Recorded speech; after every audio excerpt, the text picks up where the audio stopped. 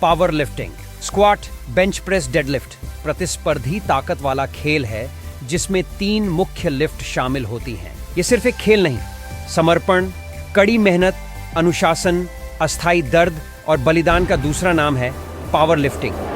Power lifting प्रतियोगिताओं को आमतौर पर वजन वर्गों और आयु श्रेणियों में विभाजित किया जाता है, जिसमें प्रत्येक प्रतियोगी को प्रत्येक लिफ्ट में 3 प्रयासों की अनुमति दी जाती है। प्रत्येक श्रेणी में उच्चतम सफल लिफ्ट का उपयोग प्रतियोगी के कुल स्कोर की गणना के लिए किया जाता है। सबसे पहले आइए जानते हैं स्क्वाट्स करने के नियम क्या है। सबसे लोकप्रिय power lifting federation international power lifting federation IPF है। इसके नियम के अनुसार आपको अपने घुटनों को मोड़ने और शरीर को तब तक नीचे झुकाने की जरूरत है जब तक कि पैर की ऊपरी सतह घुटने के शीर्ष से नीचे न हो जाए। आपको शुरुआत और अंत दोनों समय अपने घुटनों को लॉक रखना होगा।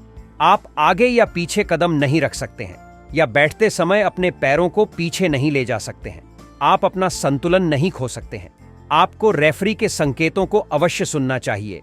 आप अपनी कोहनियों या भुजाओं को अपने पैरों से नहीं छू सकते, जो जानबूझकर गति का समर्थन करते हैं। आप नीचे से डबल बाउंस नहीं कर सकते या बार को नीचे की ओर नहीं ले जा सकते। पावर लिफ्टिंग स्क्वाट में सबसे विवादास्पद नियम यह है कि आपको कितनी गहराई तक जाना चाहिए। कितना गहरा याद रखें, नियम यह है कि पैर की ऊपरी सतह घुटने के ऊपर से नीचे जानी चाहिए। पावर लिफ्टिंग प्रतियोगिता में बेंच प्रेस करने के समय आप 3 रेफरी के सामने लिफ्टिंग करेंगे। ये रेफरी आपके चारों ओर स्थित होंगे। आपके पीछे रेफरी, जिसे चीफ रेफरी के रूप में भी जाना जाता है, का एक और काम है उन आदेशों की घोषणा करना जो यह तय करेंगे कि आप कब शुरू कर सकते हैं, दबा सकते हैं और समाप्त कर सकते हैं। जब तक आपके पास ऐसा करने के लिए रेफरी का आदेश न हो, आप बारबेल को शुरू, दबा या रैक नहीं कर सकते। आपको बार को अपनी छाती तक लाने के लिए पहले रेफरी कमांड स्टार्ट की प्रतीक्षा करनी होगी। बारबेल को अपनी छाती तक लाना होगा। जब बार आपकी छाती पर हो तो आपको रेफरी का दूसरा आदेश मिलेगा, प्रेस। उस समय आपको बार को सीधा ऊपर की ओर चलाना होगा। प्रेस कमांड के बाद आप बार पर नीचे की ओर कोई मूवमेंट नहीं कर सकते हैं। रेफरी आपको बारबेल को अपनी छाती के ऊपर तब तक दबाए रखेगा जब रेफरी संतुष्ट हो जाएगा तो आपको अपना अंतिम आदेश प्राप्त होगा, रैक। उस समय लिफ्ट खत्म हो गई है और आप बारबेल को रैक पर वापस कर सकते हैं। रेफरी यह बताने के लिए प्रकाश व्यवस्था का उपयोग करेंगे कि क्या उन्हें लगता है कि लिफ्ट सफल रही थी। लाल बत्ती का मतलब है कि लिफ्ट सफल नहीं थी। सफेद रोशनी का मतलब है कि लिफ्ट सफल रही। आपके पास 3 में से 2 रेफरी होने चाहिए जो दर्शाते हों कि लिफ्ट अच्छी थी। आप जिम में सभी प्रकार की डेडलिफ्टिंग देख सकते हैं, लेकिन यदि आप पावर लिफ्टिंग में चाहते हैं तो कुछ विशिष्ट नियम और मानक हैं जिनका आपको पालन करना होगा। डेडलिफ्ट के लिए पावर लिफ्टिंग नियम क्या है? अंतिम स्थिति तक पहुंचने से पहले बार नीचे की ओर नहीं जा सकता। आपको कंधे पीछे करके सीधा खड़ा होना चाहिए। लिफ्ट पूरी होने पर आपको अपने घुटनों को सीधा करके खड़ा होना चाहिए।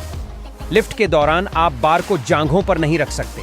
आप ऊपर चरण के दौरान आगे या पीछे कदम नहीं रख सकते हैं या पैरों को पार्श्व में नहीं ले जा सकते हैं। आपको दोनों हाथों से नियंत्रण बनाए रखते हुए बार को फर्श पर लौटाना होगा।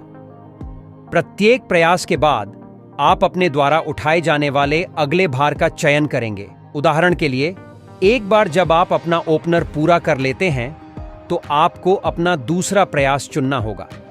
आप या तो वही वजन दोहराना चुन सकते हैं यदि आप पहला प्रयास चूक गए हैं, या ऊपर जा सकते हैं।